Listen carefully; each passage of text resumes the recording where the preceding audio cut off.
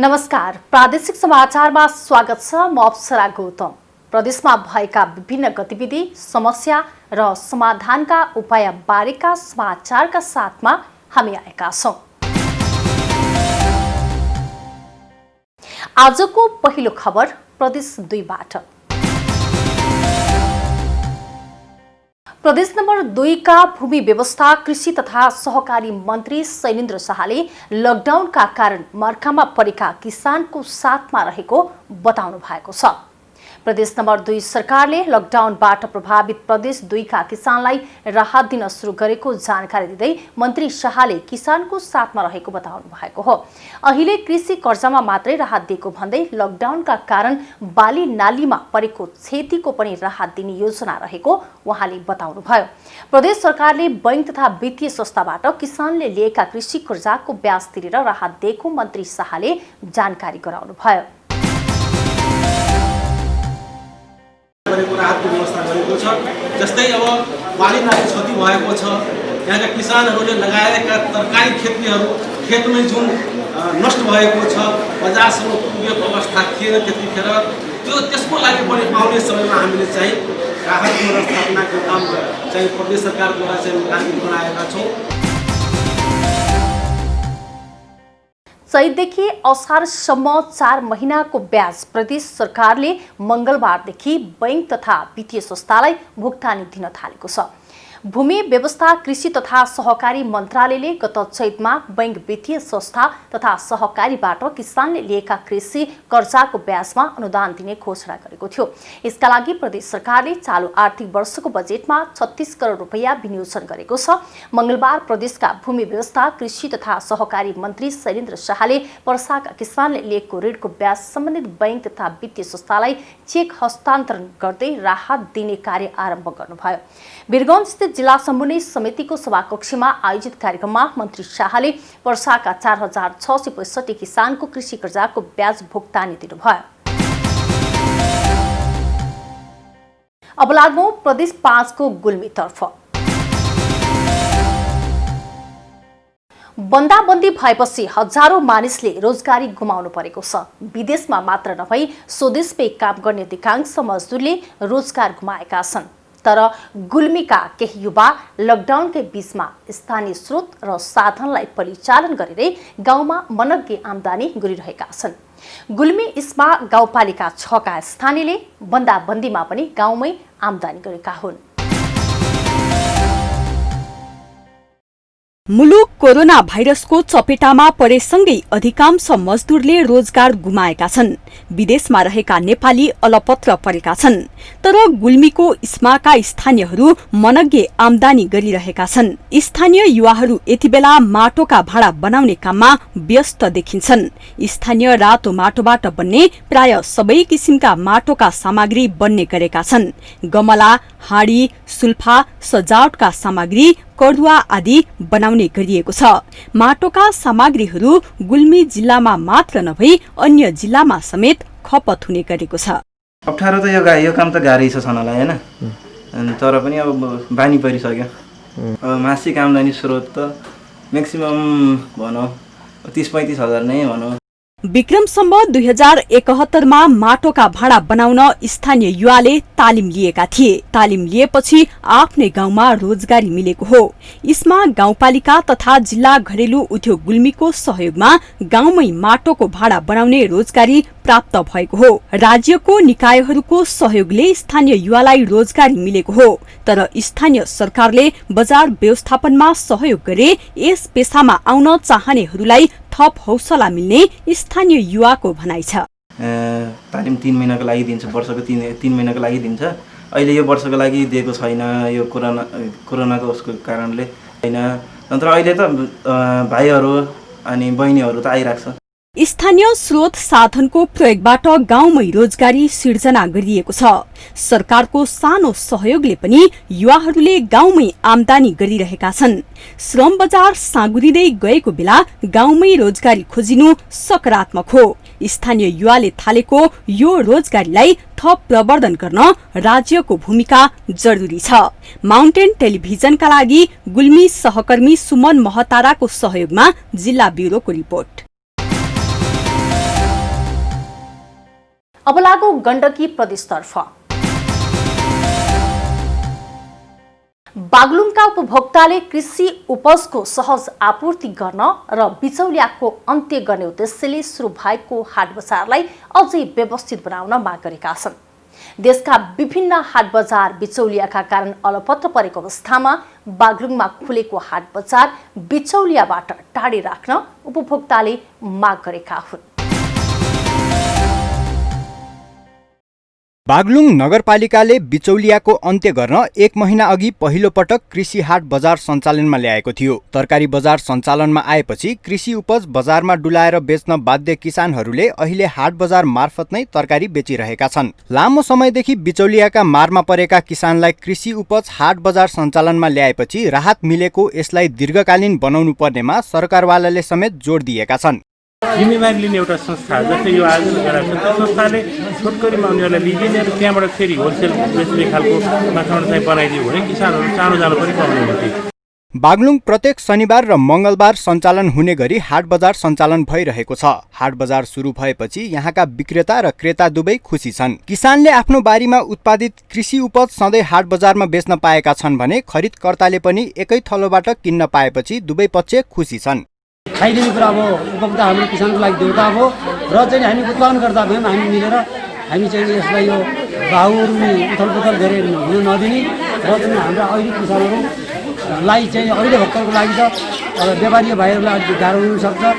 हाट बजारबाट उपभोक्ताले सहज, सस्तो र स्वच्छ तरकारी खरिद गर्न पाएका छन्। किसानले पनि बिचौलिया नहुँदा आफ्नो लगानी अनुरूप उचित मूल्य पाएको बताएका छन्। बागलुङ नगरपालिकाले 8 लाख लगानी गरेर हाट बजार सञ्चालन गरेको हो। स्थानीय उत्पादनलाई प्रवर्धन गर्दै उपभोक्तालाई सस्तो, सुलभ र ताजा तरकारी उपलब्ध गराउने उद्देश्यका साथ सञ्चालन गरिएको कृषि हाट बजार उपभोक्ताको माग र आवश्यकता अनुसार दीर्घकालीन रूपमा सञ्चालन गर्न आवश्यक रहेको छ। माउन्टेन टेलिभिजनका लागि बागलुङ सहकर्मी सुभाष आचार्यको सहयोगमा जिल्ला ब्युरोको रिपोर्ट।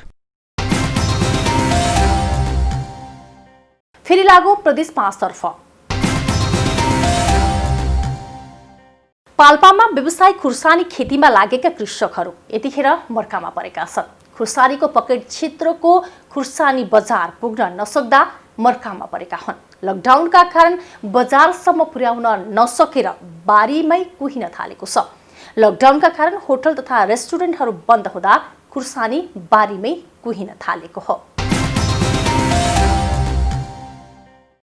पाल्पाको बगनासकाली गाउँपालिकाको चितुङधारा र माथागढी गाउँपालिकाले झडेवालाई खुर्सानीको पकेट क्षेत्रको रूपमा विकास गरेको छ। तर पकेट क्षेत्रको खुर्सानीले बजार नपाउँदा कृषक मर्कामा परेका छन्।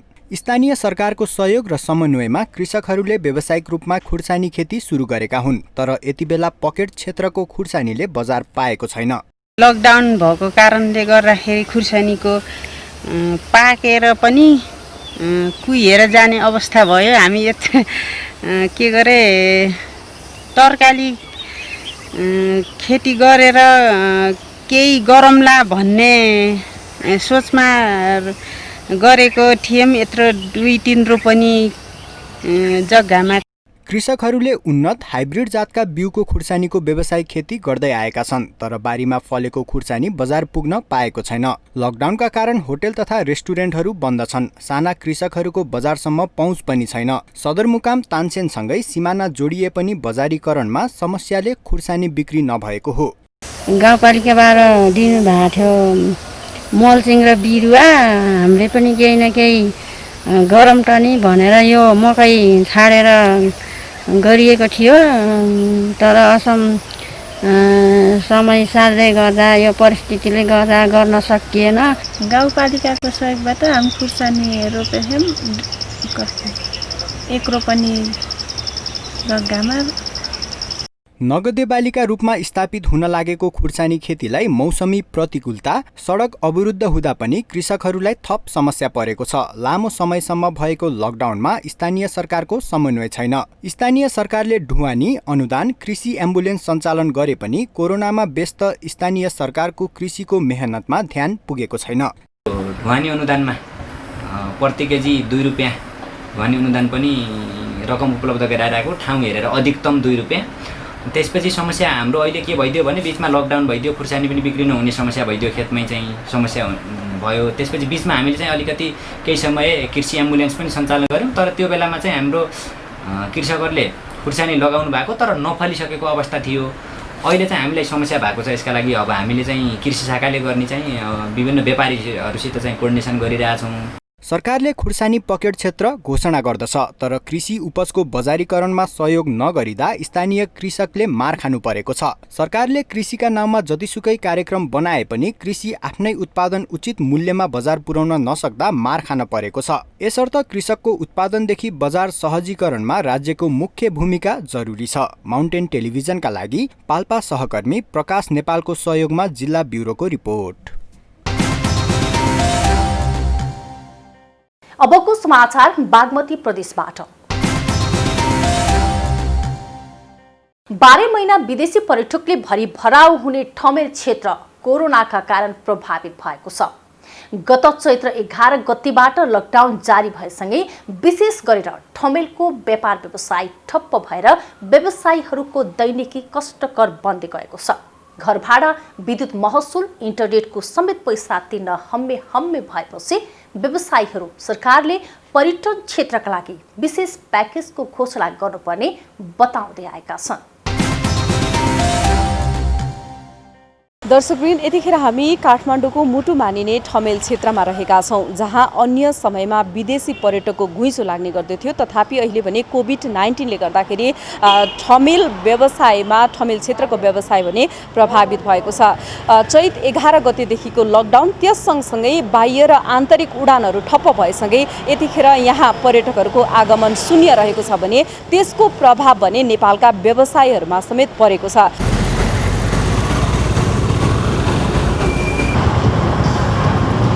सबैभन्दा इफेक्टेड एरिया भनेको ठाउँ पर्यटन एरिया। अब पर्यटन अब रिभाइभ हुनलाई कति समय लाग्छ भने कसैले अहिलेसम्म भन्न सक्ने कसैको छैन। त्यो हुनाले अब व्यापारको त स्थिति त्यो भइहाल्यो, डामाडोलै भयो र अहिले कहिलेसम्म हुन्छ रिकभरी हुन्छ भन्ने नै छैन कि। अब यसको चाहिँ 2 महिना हुने कि 6 महिना हुने कि वर्ष दिन हो कि अब 5 वर्ष लाग्यो, त्यो पनि निर्गुण नभए हुनाले यसको चाहिँ पर्यटन एरियाको चाहिँ व्यवसाय चाहिँ अहिले प्राय शून्य नै हो, जिरो। अहिलेको यो लकडाउनले गर्दाखेरि हामीलाई साह्रै असर पर्यो, किनभने यो 2019मा चाहिँ आएको कोरोना होइन। अब अहिले हामीलाई कस्तो भने जति सोचेको थियो 20मा त्यो हाम्रो सफल भएन। हवाई क्षेत्र बन्द भएको र तपाईँको अन्य क्षेत्र हाम्रो ट्रान्सपोर्टेसनहरू बन्द भएको कारणले नेपालको र ठमेलको यहाँको पर्यटन क्षेत्र अत्यन्तै नाजुक अवस्थामा पुगेको छ। दर्शकवृन्द, कोरोना भाइरसले यतिखेर प्रत्यक्ष रूपमा प्रभावित बनेको छ पर्यटन क्षेत्र। कोभिड-19ले थला परेको र तहस नहस भएको पर्यटन क्षेत्र चाहिँ माथि उठ्न भने निकै समय लाग्ने आकलन समेत गरिएको छ। यतिखेर हामी ठमेल क्षेत्रमा छौँ, जहाँ यतिखेर व्यवसायीहरूले भने व्यवसाय नभएको र टुरिस्टहरू पनि किन्न नआएको कारणले गर्दाखेरि कारोबार ठप्प भएकाले व्यवसाय नै छोडेर अन्ततिर गएको पनि देख्न सकिन्छ। पहिलो कुरा त घर भाडाको कारणले नै विस्थापित हुनुभएको छ। अरू कुराहरू भनेको त सेकेन्ड पार्ट हुन्। र हामीले घरधनीलाई के अनुरोध गऱ्यौँ भन्दा घर भाडाको कारणले मात्रै त्यो घरबाट त्यो व्यवसाय विस्थापित हुने वातावरण नबनोस्। तपाईँहरू नेगोसिएसन गर्नुहोस्, तपाईँहरू मिलाउनुहोस्, सहमति गर्नुहोस्, तपाईँहरू एउटा फ्यामिली जस्तो भएर चाहिँ बसेर एकअर्कामा छलफल गर्नुहोस् र आजको दिनमा चाहिँ एकअर्काले सहयोग गरेर अगाडि बढ्नुहोस् भनेर हामीले पहिलो कुरा उहाँहरूलाई अनुरोध गऱ्यौँ र त्यसले आजको दिनसम्म आउँदाखेरि धेरैजनामा चाहिँ सहमति भइसकेको छ। ब्याङ्कको कारणले, ब्याङ्कको किस्ताको कारणले, लोनको कारणले विस्थापित हुँदै हुनुहुन्छ भने उहाँहरूको लागि चाहिँ हामी बारम्बार सम्बन्धित निकायसँग बोलिरहेछौँ। मैले अगाडि पनि भने यस्ता प्रोग्रामहरू हामीले अगाडि लगिरहेछौँ। अर्थतन्त्रको मेरुदण्डको रूपमा रहेको पर्यटन क्षेत्रले जीडीपीमा करिब 3% भन्दा बढी योगदान गरेको छ। विश्वमा फैलिएको कोरोना भाइरसको कारण नेपाल पनि अछुतो रहन सकेको छैन। नेपालको पनि विशेष गरेर यतिखेर बढी कारोबार हुने, व्यावसायिक कारोबार हुने ठाउँ ठमेल एरिया पनि सुनसान रहेको छ। व्यापार व्यवसाय भएको छैन, कारोबार ठप्प भएको अवस्थामा रहेको छ। अब भने विशेष गरेर सरकारले आन्तरिक पर्यटन प्रवर्धनमा जोड दिन आवश्यक देखिएको छ। माउन्टेन टेलिभिजनका लागि क्यामेरामा सञ्जय डङ्गोलका साथ प्रमिला खतिवडा, ठमेल, काठमाडौँ। नेपालका कुल लागू औषध प्रयोगकर्ता मध्ये 40%ले बेरोजगारीका कारण लागू औषध प्रयोग गर्ने गरेको एक अध्ययनले देखाएको छ। केन्द्रीय तथ्याङ्क विभागको सहयोगमा गृह मन्त्रालयले गरेको अध्ययन अनुसार रोजगारीको सृजना गर्न सके लागू औषध नियन्त्रणमा ठूलो सहयोग पुग्ने उल्लेख छ। सरकारले पर्याप्त रोजगारी सिर्जना गर्न सके लागु औषध नियन्त्रणमा ठूलो सहयोग पुग्ने केन्द्रीय तथ्याङ्क विभागको सहयोगमा गृह मन्त्रालयले गरेको अध्ययनले देखाएको छ। मंगलबार सार्वजनिक गरिएको अध्ययन प्रतिवेदनले लागु औषध प्रयोग गर्ने मध्ये झण्डै 40% व्यक्तिले बेरोजगारीका कारण प्रयोग गर्ने गरेकोले सरकारले रोजगारी सिर्जनाका लागि विशेष कार्यक्रम ल्याउनु पर्ने देखाएको हो। सीमा नाकामा चेक जाँच बढाउने, सचेतना कार्यक्रम गर्ने, निशुल्क उपचारको व्यवस्था गर्ने र सिप विकासका कार्यक्रम गर्न सके लागु औषधको प्रयोग घटाउन सकिने अध्ययनले देखाएको छ। कुल प्रयोगकर्ता मध्ये 39.7% बेरोजगारी, 15.9% व्यापार र 15.6% दैनिक ज्यालादारी गर्ने व्यक्ति रहेका छन्। यसैगरी नोकरी गर्ने 11.7, अध्ययन 8.7, वैदेशिक रोजगारीमा रहेका 4.1, कृषि क्षेत्रमा 3 र अन्य क्षेत्रमा कार्यरत 0.6% लागु औषध प्रयोगकर्ता रहेका छन्।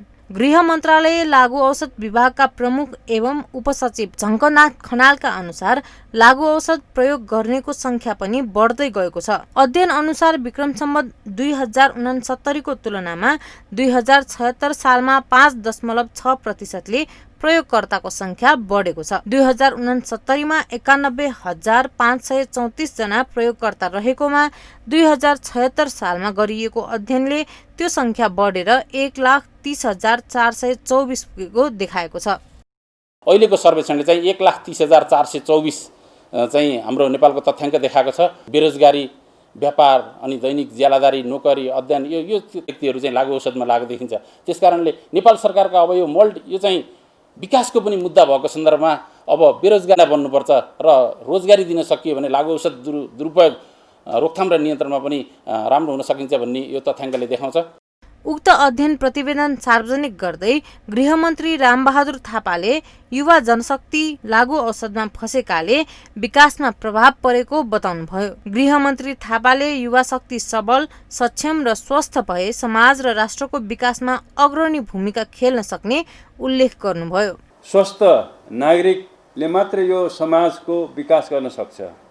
उसले उद्योग धन्दा चलाउने, व्यवसाय गर्ने, विभिन्न क्षेत्रमा सेवा प्रवाह गर्ने हो। आखिर मानिसले नै गर्ने हो। त मानिस रोगी भयो, ऊ स्वस्थ भएन भने त्यसले त्यो गर्न सक्दैन। त्यहाँ यो अभिन्न रूपमा विकाससित पनि यो अनिवार्य रूपमा जोडिएको हुन्छ। लागु औषध नियन्त्रणका लागि एकताबद्ध भएर योजनाबद्ध रूपमा अगाडि बढ्न संकल्प लिनुपर्ने गृहमन्त्री थापाको भनाइ छ। माउन्टेन टेलिभिजनका लागि सामाजिक ब्युरोको रिपोर्ट। अब फेरि लागू प्रदेश 5 तर्फे। 2 वर्ष अघिदेखि सुरु भएको स्मार्ट कृषि गाउँ कार्यक्रमबाट दाङका कृषकले लाभ लिन थालेका छन्। प्रदेश 5 सरकारले 2075 सालमा कृषिको पकड क्षेत्र विकास गर्ने योजना अन्तर्गत दाङका 6 गाउँलाई स्मार्ट कृषि गाउँ बनाउने योजना अगाडि बढाएपछि कृषकले लाभ लिएका हुन्। कृषि ज्ञान केन्द्र दाङको समन्वयमा एक सांसद एक कृषि गाउँ अन्तर्गत 6 गाउँ स्मार्ट कृषि गाउँ योजनामा परेका छन्। स्मार्ट कृषि गाउँ लागू भएको शान्तिनगर गाउँपालिका वडा नम्बर 7 का कृषकले कृषि व्यवसायबाट राम्रो आमदानी गरिरहेका छन्। यसअघि परम्परागत रूपमा धान र मकै खेती गर्दै आएका किसानले व्यावसायिक तरकारी खेती गर्न सुरु गरेका हुन्, जसका कारण उत्पादन र आमदानीमा ठूलो परिवर्तन भएको छ। सरकारले पनि तरकारीको बिउ, टनेल लगायतको सहयोग गरेको कृषकले बताएका छन्। एउटा सानो टनेलबाट नै 15-20 हजारसम्म आमदानी हुने गरेको छ। टनेल, बिउ अनि सबै चिजहरू चाहिँ पायौँ र अनि पहिलाभन्दा हामी धेरै लगायत पनि पायौँ। जस्तै 12-6 को चाहिँ टनेल दिनुहुन्छ, त्यसमा हामीले लगभग 10-12-15 हजार जति चाहिँ आमदानी निकाल्यौँ। केही कृषकहरूले व्यावसायिक रूपमा बेमौसमी तरकारी समेत उत्पादन गरिरहेका छन्। टमाटर, लौका, काँक्रा, खुर्सानी लगायतका बेमौसमी तरकारी लगाएर राम्रो आमदानी गरेको कृषकले बताएका छन्। लामो समयसम्म विदेश बसेर आएका स्थानीय युवाले गाउँमा स्मार्ट कृषि कार्यक्रम लागू भएपछि कृषि कर्ममा लागेको र विदेशको भन्दा बढी आमदानी गर्न सफल भएको बताएका छन्। स्मार्ट कृषि सुरु भयो, त्योदेखि मैले खेती गर्न सुरु भयो। एउटा टेनेलामा पनि राम्रै आम्दानी भएको रहेछ, त्यो हिसाबले बढाउँदै गयो। गर्नुपर्छ, सबै खेतीपाती गर्नु पर्यो, विदेशतिर जान हुँदैन अनि भन्नुभयो। त्यही भएर अब हामीहरू पनि भर्खर आएको थियौँ, त्यही भएर सुरु गरेको। अब राम्रै उत्पादन भयो। गाउँमा 6 समूहमा 60 जना कृषकहरू उक्त पेसामा लागेको स्मार्ट कृषि गाउँ कार्यक्रमले जनाएको छ। त्यसका लागि 50 लाख बजेट विनियोजन गरिएको थियो भने किसानहरूले 20% लगानी गरेका छन्। 50 बिघा जग्गामा तपाईको व्यवसाय रूपमा खेती नगरेको किसानहरूलाई पनि खेती गर्नमा आबद्ध बनाउने र किसानहरूको आय आर्जनमा अलिकति वृद्धि गरेर, जस्तै अब हामीले यो कार्यक्रम भनेको 4 वर्षीय कार्यक्रम हो। कृषकलाई 50 बिघा जमिनमा व्यावसायिक तरकारी खेती गर्न आबद्ध बनाउने र किसानहरूको आय आर्जनमा वृद्धि गर्नको लागि यो कार्यक्रम लागू गरिएको हो। यस्ता कार्यक्रमहरू देशैभर सञ्चालन गर्न सकेमा देश कृषिमा आत्मनिर्भर बन्ने बाटोमा लाग्नेछ। माउन्टेन टेलिभिजनका लागि डाङ सहकर्मी विकास डाँगीको सहयोगमा जिल्ला ब्युरोको रिपोर्ट। हवस् त, अहिलेलाई प्रादेशिक समाचार यति नै। फेरि अर्को हप्ता साथै प्रदेशमा भएका गतिविधि र समाचारका साथमा उपस्थित हुने नै छौं। सत्य, तथ्य र निष्पक्ष समाचारका लागि हेर्दै रहनुहोला माउन्टेन टेलिभिजन। नमस्कार।